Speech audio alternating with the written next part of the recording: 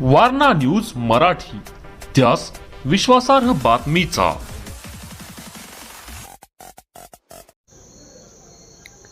कोल्हापूर लोकराजा राजश्री शाहूंच्या कलाप्रेमाचे प्रतीक असणारे संगीत सूर्य केशवराव भोसले नाट्यगृह आगीच्या महासंकटानंतर पुन्हा एकदा त्याच पूर्वीप्रमाणे उभे राहिले। यासाठी तमाम रंगकर्मींच्या आणि लोकांच्या भावना लक्षात घेऊन शासन युद्धपातळीवर कार्यरत आहे। यामुळे येणारी दिवाळी पहाट हा सांस्कृतिक कार्यक्रमाने नाट्यगृहात सादर करूया असे अभिवचन शिवसेना नेते आमदार राजेश क्षीरसागर यांनी केले। केशवराव नाट्यगृहात सुरुवातीला पुनर्बांधणीच्या कार्यक्रमाची त्यांनी पाहणी करून सूचनाही केल्या। यावेळी कोल्हापूरच्या नाट्यकर्मतर्फे या पुनर्बांधणीसाठी अगदी अल्पावधीत मुख्यमंत्री एकनाथ शिंदे यांच्याकडे आग्रहाने पाठपुरावा करून निधी उपलब्ध करून दिल्याबद्दल आमदार राजेश क्षीरसागर यांचा सत्कार करण्यात आला।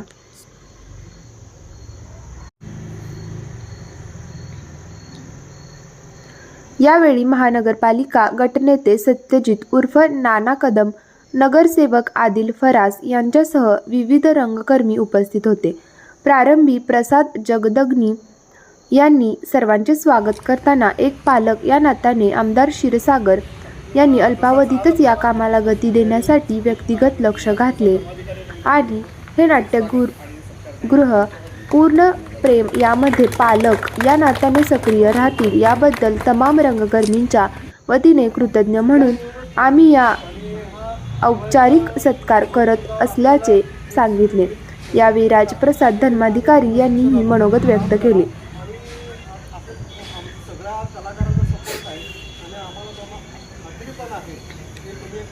सत्काराला उत्तर देताना आमदार राजेश क्षीरसागर यांनी केशवराव भोसले नाट्यगृहाची दुर्घटना घडल्यानंतर एका आठवड्यातच घोषित केलेल्या निधीपैकी 25 कोटींचा निधी तात्काळ वर्ग करून मुख्यमंत्री एकनाथजी शिंदे यांनी समाजाशी आपली असलेली समरसता आणि बांधिलकी कृतीशीलपणे व्यक्त केली आहे।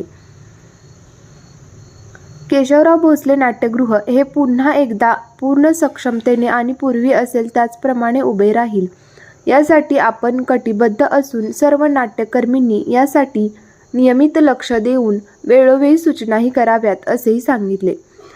सर्वांचे आभार। धनंजय पाटील आणि औपचारिक सत्कार सोहळ्याच्या वेळी पद्माकर कापसे, सुनील घोरपडे, कला शिक्षक सागर बगाडे, नितीन सोनटक्के, गायक दिनेश माळी यांच्यासह विविध मान्यवर उपस्थित होते। वारणा न्यूजसाठी कुमारी doctor Brahmanandini Patil Arale. Subscribe now and press the bell icon. Never miss an update.